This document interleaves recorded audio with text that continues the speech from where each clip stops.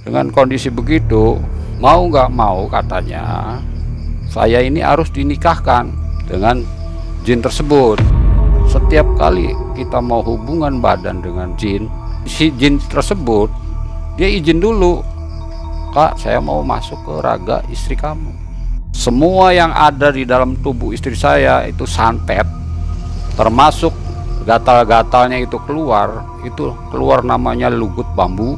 Kejadian yang drastis itu, begitu dia mandi, di dalam kolak baknya itu banyak sekali namanya ulat bulu. Sebetulnya dia mau ngebunuh saya dengan imbalan 15 juta. Saya tahu 15 juta karena makhluknya itu berbicara dengan saya. "Awas kamu mau dibunuh terang-terangan sama si A."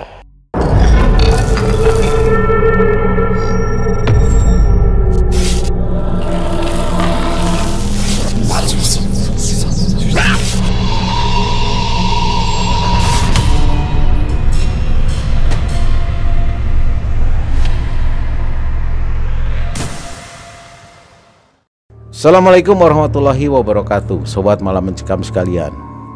Semoga kita sehat selalu dan selalu ada dalam keberkahan Allah Subhanahu wa Ta'ala. Nah, terus saya ingatkan kembali bahwa Malam Mencekam itu memiliki jadwal yang tetap di dalam mengupload videonya. Harinya adalah hari Senin, kemudian Rabu, Jumat, dan Sabtu.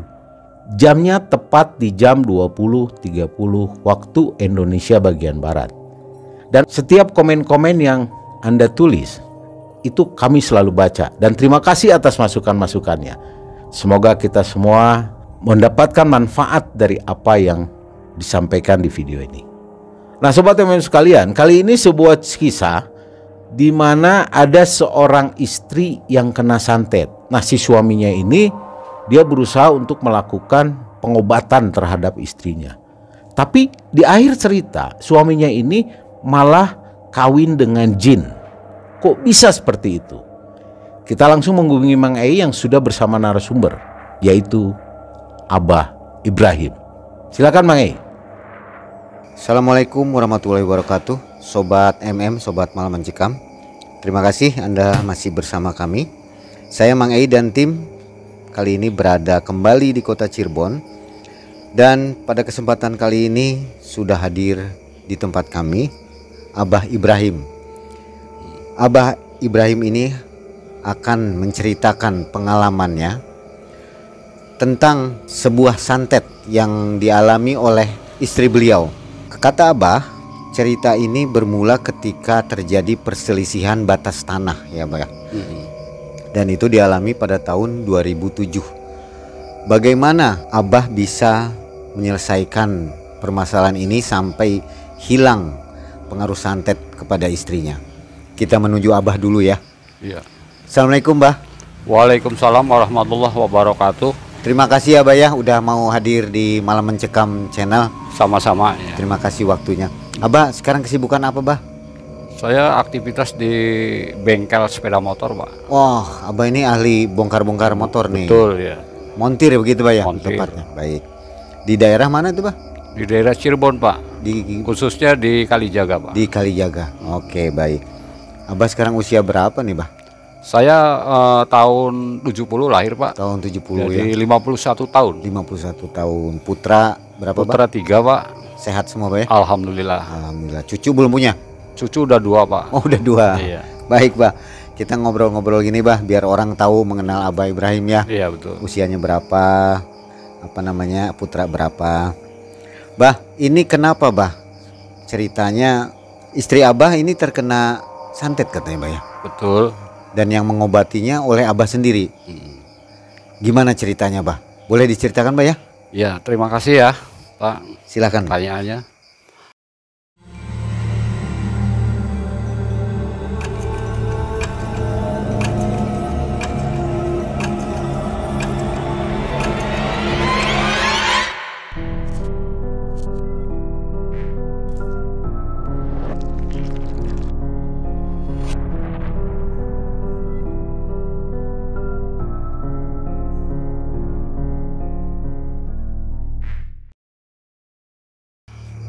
Awal cerita waktu tahun 2007 itu saya membeli satu buah rumah di Kampung Kalijaga.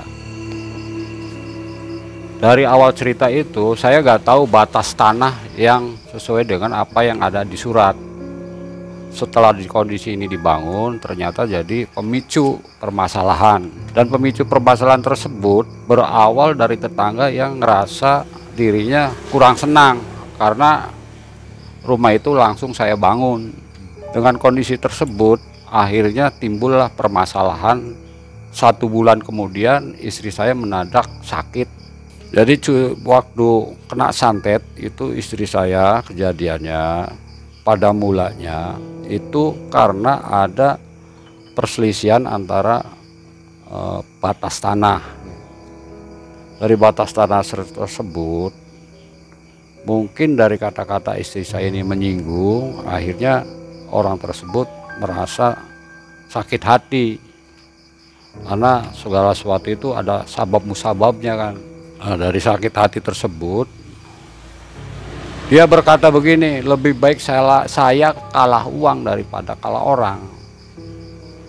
Saya jelas itu ancaman.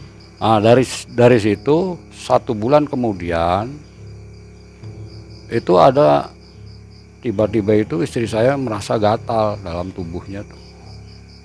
Saya rasa ya gatal biasalah. Oh, barangkali dari airnya, sampai airnya dikasih detol segala macem, barangkali habis mandi. Nah, kejadian yang drastis itu begitu dia mandi di dalam kolak baknya itu banyak sekali namanya ulat bulu. Ulat bulu tuh dia mandi dia nggak kerasa. Setelah saya masuk kamar mandi, kamu kok mandi? Itu ulat bulu banyak banget, mana katanya gitu. Setelah istri saya kembali lagi dilihat baru kelihatan. Dari awal dia mandi nggak kelihatan itu ulat bulu begitu banyak di bak mandi tuh. Akhirnya saya kan kuras. Nah, setelah mandi tersebut malamnya dia kerasa kok gatal semua.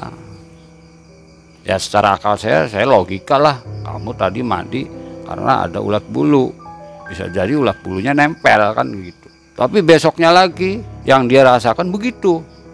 Tiap kali jam 11 kambuh. Itu kambuhnya masalah saya nggak kuat sampai ngelihat kondisi itu. Kalau zaman dulu kayak punya HP yang bisa difoto atau di video, saya video. Tapi kan zaman itu nggak ada, belum begitu canggih kayak sekarang.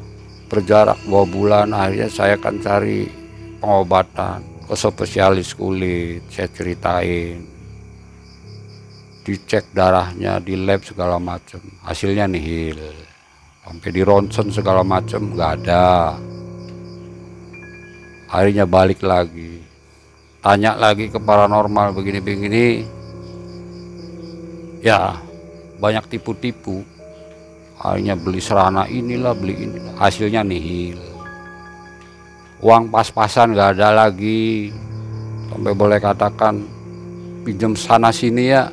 Karena kondisi untuk obat kan sekali minum aja itu kan hampir 60-70 ribu sekali minum. Itu kan pagi siang sore, itu kan 3 kali. Bayangin coba, dalam artian itu dalam kurun waktu 1,5 tahun, hasilnya 0 lagi. Kalau untuk obat sih saya rasa bisa pinjam ke sana ke sini. Tapi yang saya nggak teganya itu lihat kondisi istri saya begitu dia kerasa kambuh. Itu masya Allah kan kayak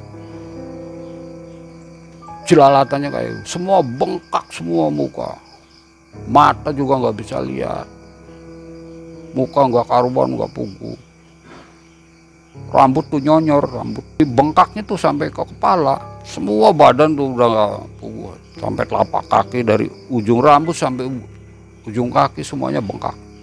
Boleh katakan, Pak nggak kuat Pak, mending mati aja.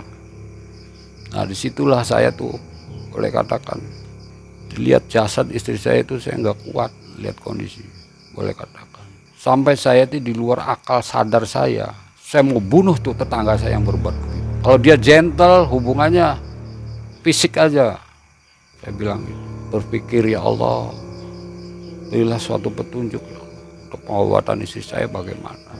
Saya munajat di rumah itu 41 hari. Ada suatu doa khusus yang saya amalkan.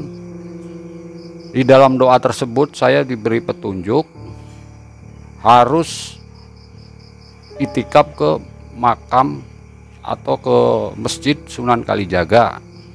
Dari situ akhirnya dapat petunjuk, diberi suatu gambaran atau suatu obat, dipetik si daun rih pilang tuh sama daun widaranya tuh, Widara. dikasihin. Itu posisi saya lagi zikir, kok dapatnya ini kan. Nah, setelah itu dikasih petunjuk lagi, nih sebelum kamu mau obat istri kamu, ini dipipis dulu. Ini dilembutin si daun tuh, tidak lepas dari baca sholawat. Pipisnya tuh udah selesai, campurin air hangat, kasih garam. Nah, setelah kasih garam, saya tawasul Kanjeng Nabi dulu, Fatihah Kanjeng Nabi, waliullah yang ada di situ, minta karomah dan berkahnya, mudah-mudahan disembuhkan. Akhirnya dengan ritual tersebut saya meminta sama Allah, minta keberkahannya, minta karomah dan barokahnya, saya jalankan. Nah, dari 41 hari tersebut saya kedatangan sesepuh atau boleh katakan yang mempunyai jati diri doa tersebut. Dia hadir di dalam ritual tersebut. Di antaranya dia berbicara begini yang saya ingat. Sira baik sangka baik Gusti Allah. Amun beli mengenen sira bakal parkan Gusti. Yang kedua bilangnya begini. Sing gawe kaniaya di sampean bakal ditutup rahmat ning Gusti Allah. Karena amal perbuatannya dewek. Di dalam artian itu siapa yang berbuat zalim, Allah bakal menutup semua rahmat dari Allah. Karena mereka sudah bikin permasalahannya dia sendiri. Yang namanya karma, dia bilang gitu, itu nggak lepas dari karena masalah. Sikatan karma tuh karena masalah. Apa yang dia bikin, nah, dia terima. Apa yang dia nanam, dia bakal memetik hasilnya. Ya itu kan dari sepuh kami ya, kemungkinan ada suatu amalan yang harus kita boleh katakan dibeli, boleh katakan kita diistiqomain.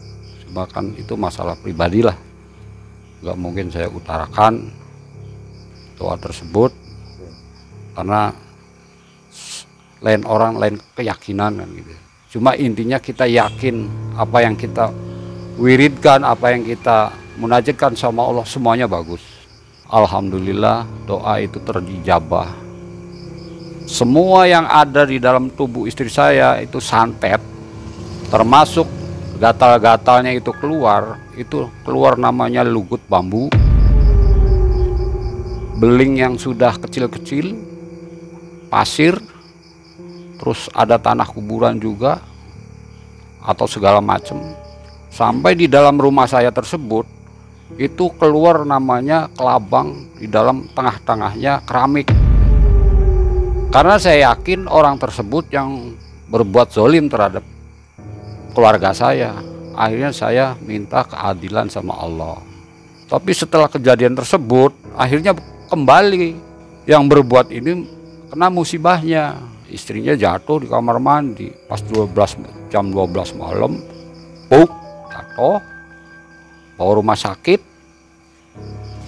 Si istri yang berbuatnya tuh setelah di rumah sakit ngomongnya disantet saya kan nggak pernah nyantet. Saya munajat doa, ya Allah saya minta keadilan. Akhirnya nyerang balik tuh, pikirnya saya mengguna-guna mereka kan, padahal kan dia kembali lagi yang berbuatnya. Dia nyerang lagi sampai itu boleh katakan bilang, kamu mau diarah patinya. Saya dibeli 15 juta untuk membunuh saya tuh dengan goib yang sesumbar begitu tuh. Begitu jam 11 saya ambil air wudhu, saya sholat malam. Itu pas jam 12 malam kayak petasan di atas. Duor. Antara goib dengan goib. Saya cuma pasrah sama Allah. Dor. Dornya itu istrinya tumbang. Karena rumahnya sebelahan pasti kedengar gebruk. Akhirnya kan ribut tetangga tuh. Bawalah ke rumah sakit. Sebetulnya dia mau ngebunuh saya dengan imbalan 15 juta. Saya tahu 15 juta karena makhluknya itu berbicara dengan saya. Awas kamu mau dibunuh terang-terangan sama si A. Kan gitu. Sekali saya diem aja. Ah siapa ngomong. 2 kali, 3 kali. Cepat saya lari ambil wudhu. Saya amalan rebus, saya baca. Begitu jam 12 pas. Itu kayak petasan. Dor. Dornya itu samping rumah jatuh dari kamar mandi. Bag. Oh. Dikerjakan sendiri atau nyuruh orang, Mbah? Nyuruh orang. Dukun lah istilahnya, dukun lain. Dukun itu dengan mahar untuk bunuh saya 15 juta. Gak tanggung-tanggung itu. Nyawa saya mau dibeli. Jadi setelah sembuh beberapa kali serangan kebalik serang ya? Terus, iya. Dia penasaran gitu. Sampai sekarang masih hidup, Mbah? Istrinya yang sudah meninggal. Tapi saya punya alternatif lain daripada ini berkelanjutan terus-menerus. Akhirnya saya jual aja lah rumahnya. Mendingan saya hijrah. Biarkanlah mereka dengan jalannya sendiri. Saya lebih baik menenangkan diri. Akhirnya rumah tersebut saya jual. Pada tahun 2009 saya bertemu dengan namanya jin muslim. Di musim tersebut dia selalu memperhatikan saya, baik gerak-geriknya dalam tiap hari saya bekerja. Karena posisinya jin tersebut ada di suatu tempat di kantor saya. Saya nggak meminta dan saya nggak memanggil. Dalam komunikasi tersebut saya berbicara dengan si jin tersebut. Saya berkenalan lah layaknya manusia dengan seorang gadis. Saya tanya siapa namanya, dia jelasin nama saya si A. Kedua, umurnya berapa? Ternyata umurnya sudah hampir 700 tahun lebih. Alasannya kenapa kamu memperhatikan saya? Kamu suka dengan saya kenapa? Nah, dalam komunikasi tersebut saya senang sama orang muslim yang taat beribadah. Karena saya bisa menjadi makmum kalau kakanda sholat. Makanya saya setiap waktu selalu mengingatkan, baik lagi kerja, mau santai, mau apa. Waktunya sholat ya harus tepat sholat, biar saya jadi makmum.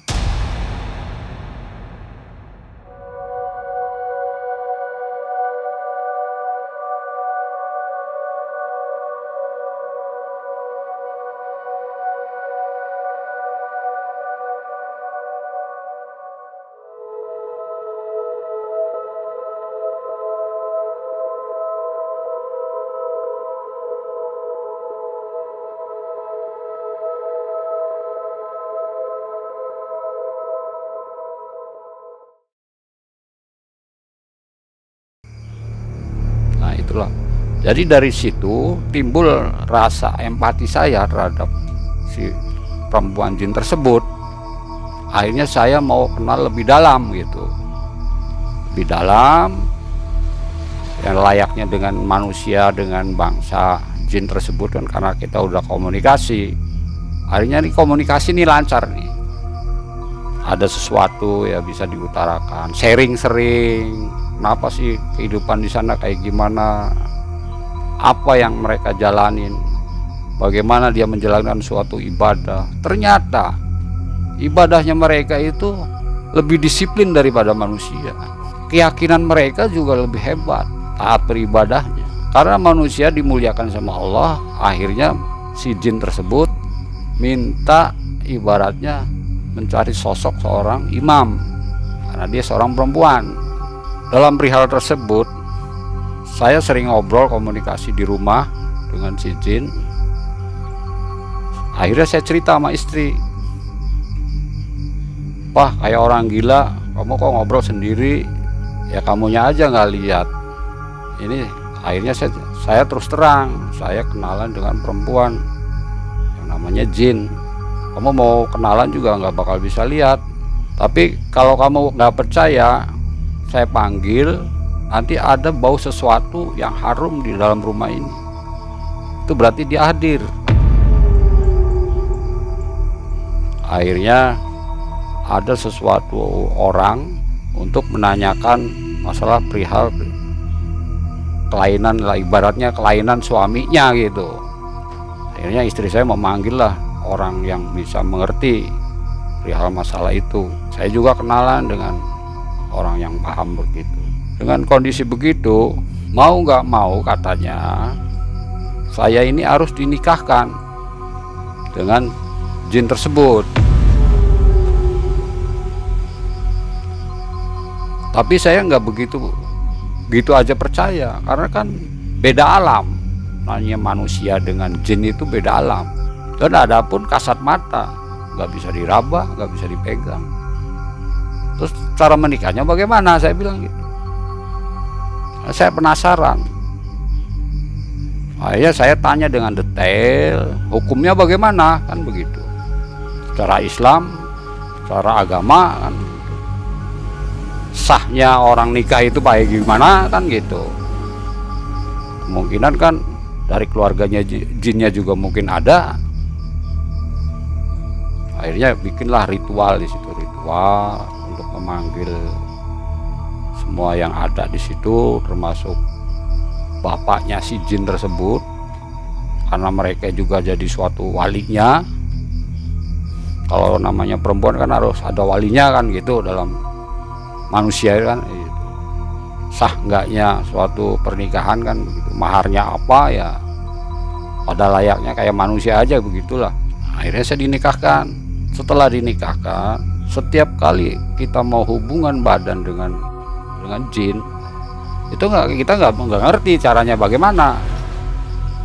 Tapi si jin tersebut dia izin dulu, Kak, saya mau masuk ke raga istri kamu. Kamu seorang suami harus memenuhi kewajiban seorang istri, kan begitu. Tapi yang saya pelajari, saya telaah, saya dosa enggak ya? Apakah saya ini salah? Tapi saya kan tidak mencari atau enggak menginginkan mereka, tapi mereka yang senang ke saya dengan alasan karena kamu itu yang taat ibadah, karena saya suka, kan begitu. Saya melihat orang itu bukan dari dohir, tapi melihat batinnya, dari hatinya, perilakunya, tindak tanduknya, kan begitu. Alasannya begitu saya tanya. Loh, saya orangnya begini aja,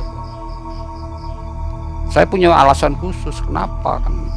Makanya dalam artian nggak semuanya jin itu jelek, nggak semuanya jin itu menyesatkan. Yang namanya suami ya kita harus bisa jadi imam, biarpun itu jin. Jangan sampai kita dikendalikan sama seorang istri, kan boleh katakan begitu. Saya tanya, lagi apa? Jeng, saya kan manggilnya Ajeng. Lagi ngaji Kak, doain biar keluarga ini sehat semua, biar nggak ada permasalahan. Akhirnya dalam melaksanakan ritual begitu, saya itu punya perusahaan. Saya awalnya babat alas dulu, buka bengkel tuh dari 3 mekanik. Saya naik jadi kepala cabang atau kepala mekanik di situ. Dari 300 unit tiap bulan itu kita naik. Bukan saya mempercayai atau minta bantuan jin, enggak, karena proporsional kerja. Cuma saya syukur alhamdulillahnya selalu mau ibadah itu selalu diingatkan. Itu yang saya bersyukur. Semakin orang ditambah nikmatnya, kadang kita lupa. Semakin ditambah kesibukannya, kita lupa untuk menjalankan ibadah, melakukan sholat. Tapi Allah itu memberi cara biar saya ini dibimbing, biarpun dia adalah makhluk jin. Selalu diingatkan, ini waktunya sholat, sholat. Kita jalanin sholat bareng. Secara kasat mata ya saya sholat sendiri. Tapi kalau yang saya rasakan di belakang itu ada makmum yang jadi imam. Akhirnya dalam beberapa tahun tersebut, tahun 2010 itu menjadi 7 mekanik yang saya kelola di suatu perusahaan tersebut. Dan omsetnya drastis naik menjadi 1.200 unit per bulan. Itu terbaik sewilayah Jawa Barat, boleh katakan sewilayah Cirebon.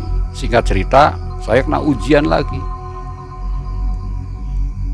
Ujian, ada suatu orang paranormal, dia mencoba untuk mencuci otak istri saya dengan iming-iming, ya boleh katakan saya ini salah karena bergaul dengan jin.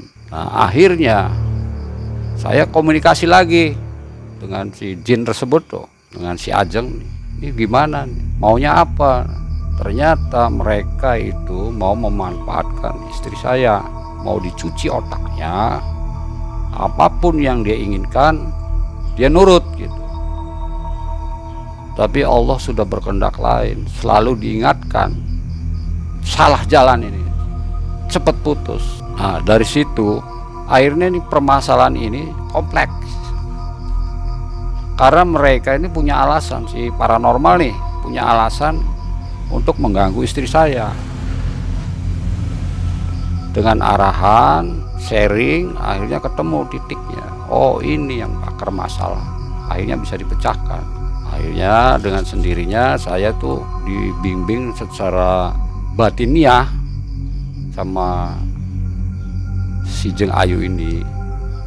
Segala sesuatu itu jangan lepas kita berdoa, memohon, minta perlindungan.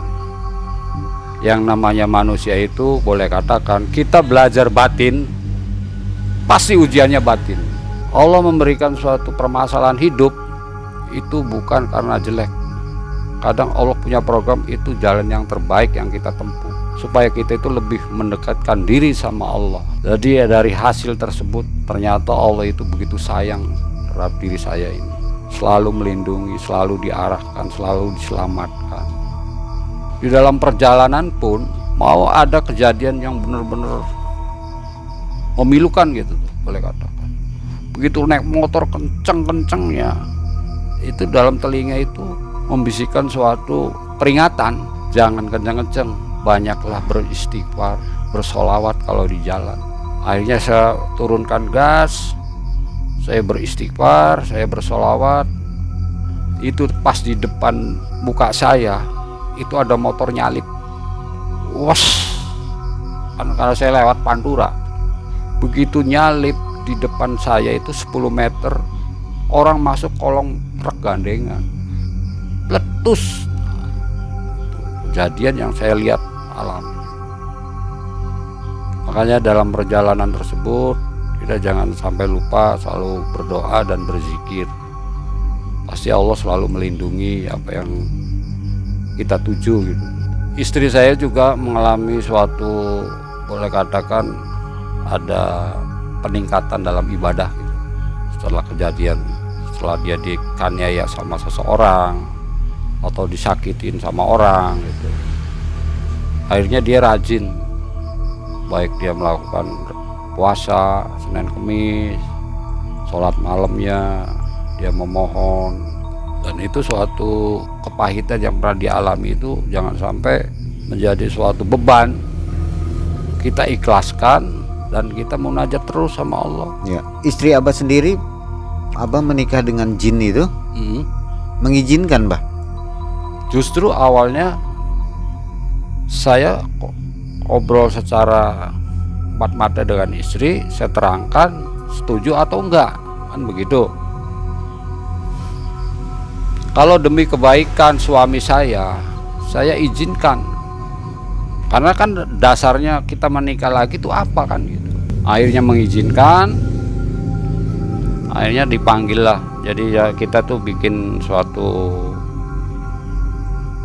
apa namanya tuh di rumah tuh kayak modelnya tumpeng lah gitu, tumpeng kayak orang syukuran begitu, bikin tumpeng. Ya yang nyediain semuanya juga istri saya yang melakukan.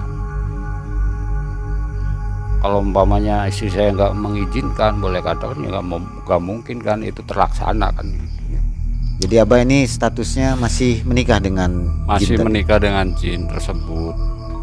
Nah, Dia juga selalu kalau malam itu setiap kali jam 12 hari-hari tertentu ya dia minta sholat bareng, sholat tahajud. Terutama dia menyuruh saya itu sholat taubat sama sholat tasbih, baru sholat tahajud, terus sholat hajat.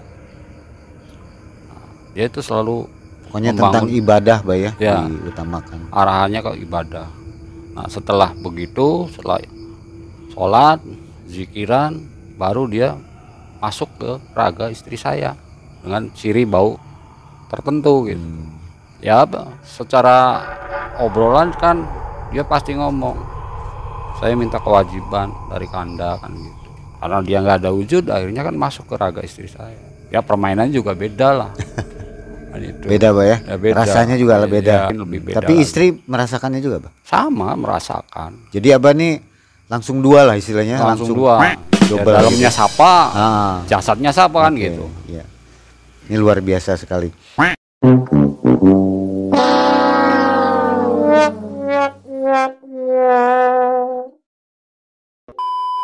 Kalau boleh tahu, Bah, ketika kita ngobrol gini nih, apa beliau juga ada nih, Bah? Ada Hadir di sini. hadir. Mungkin tersenyum-senyum aja atau gimana, Bah? Ya sebetulnya sih agak marah juga. Agak marah. Cuma ya gimana kan namanya untuk kebaikan kita semua. Untuk ibaratnya kita berbagi sharing, bukan kita mengolok-olok atau menyudutkan mereka kan. Betul. Mereka juga punya naluri sama dengan kita juga. Kalau dia merasa tersinggung ya mungkin dia marah kan gitu. Ya. Tapi ini kan untuk pembelajaran untuk yang lain. Enggak semuanya juga begitu, tapi kita juga harus waspada. Betul. Kan gitu. Kewaspadaan kita itu ada titiknya. Di mana nih kelemahan kita, di situ dia ada celah. Ya jangan sampai ke situ. Bah Ibrahim, ini cerita yang sangat menarik. Jarang terjadi lah hal-hal seperti ini. Mungkin ada pesan yang mau disampaikan, Bah, dengan cerita Abah ini supaya menjadi inspirasi dan tentunya pembelajaran untuk kita semua, Bah ya. Intinya begini, yang namanya manusia itu tidak lepas dari suatu ujian. Manusia itu tidak lepas dari suatu perjalanan hidup. Dan Allah juga menguji umatnya itu sesuai dengan kesabaran yang mereka punya. Jadi kita itu sebagai manusia harus selalu berpikir positive thinking sama Allah. Allah yang punya program, keinginan kita itu nggak sesuai dengan keinginan Allah. Kadang kita merasa ini pahit, tapi Allah itu memberikan jalan ini yang terbaik buat kamu. Kan gitu. Kita diberi suatu kenikmatan materi yang lebih, tapi kadang-kadang kita lupa. Kita dijauhkan sama Allah. Tapi Allah punya program. Dengan kepahitan kita lebih dekat dengan Allah. Apalagi dengan kemakmuran materi yang lebih, kita lebih dekat dengan Allah. Jadi ahli sodakoh itu lebih baik. Ya. Begitu. Yang kedua, jangan kita itu menilai sesuatu terhadap semua makhluk Allah itu, semua ciptaan Allah. Bagaimana sudut pandang kita memandang atau bisa membina, mengarahkan dan mengingatkan. Semua saling menguntungkan. Kadang kita melihat sisi jeleknya, kekurangannya. Yang namanya suami dan istri itu saling menutupi kekurangannya. Mungkin secara dohir batinia saya ini manusia biasa, tapi secara batinia kadang-kadang bangsa itu lebih pintar, lebih mahir karena mereka umurnya lebih dari kita. Pengalaman hidupnya itu kan udah 700 tahun. Apapun yang kita alami, terutama dalam diuji masalah materi, kita kan kadang-kadang lupa nih, mana sih keimanan kita. Kadang-kadang kita gelap mata dengan diuji suatu materi. Kalau kita keyakinannya dengan Allah teguh, kita juga harus hati-hati minta tolong sama paranormal, para dukun, para kiai. Kita harus tahu dulu jati dirinya kayak gimana. Kita harus tahu dulu sejatinya itu, mereka itu ibadahnya pakai gimana, rumah tangganya kiai itu kayak gimana. Itu harus kita jeli. Kalau kita mencari suatu figur seorang kiai, kita harus lihat dulu latar belakangnya, kerukunan rumah tangganya bagaimana, anak-anaknya bagaimana, ibadahnya bagaimana. Itu juga harus jeli, harus benar-benar belajar introspeksi diri dulu, baru lihat sisi pandang seorang orang figur ini baik dicontoh atau enggak.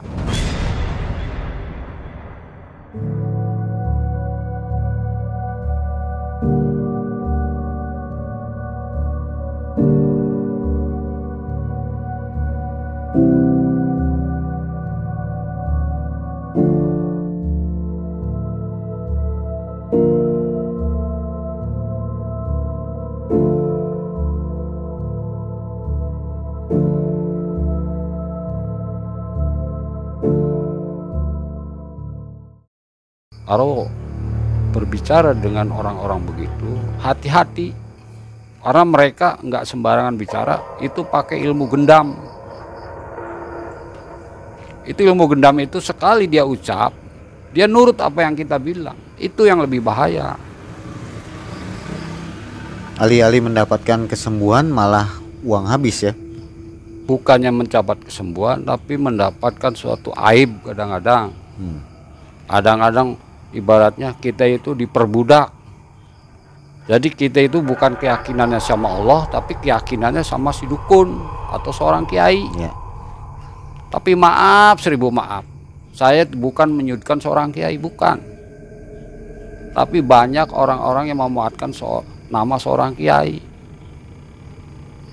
Yang kiai hak itu tawadu, rendah hati, welas asih, nggak sombong, saling menyayangi. Itu namanya kiai.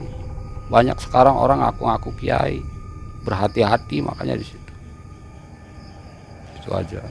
Baik, Abah Ibrahim. Jadi ini adalah cerita yang sangat baik sekali untuk kita cermati dan kita toladani. Kisah ini memberikan pembelajaran untuk kita bahwa santet sekuat apapun bisa disembuhkan oleh kita sendiri, Pak. Betul. Itu mungkin ya, Abah Ibrahim. Iya. Jadi tanpa harus ke dukun, orang pintar lah atau apa, dengan melakukan munajat seperti tadi, Iya. itu malah bisa lebih menyembuhkan. Iya. Begitulah Sobat MM, pengalaman dari Abah Ibrahim sudah diceritakan kepada Anda. Sobat MM, kami sudahi dulu cerita dari Abah Ibrahim. Banyak terima kasih, Bah. Sama-sama. Semoga menjadi manfaat untuk kita semua. Akhir kata, wabillahi taufiq wal hidayah. Wassalamualaikum warahmatullahi wabarakatuh. Waalaikumsalam warahmatullahi wabarakatuh.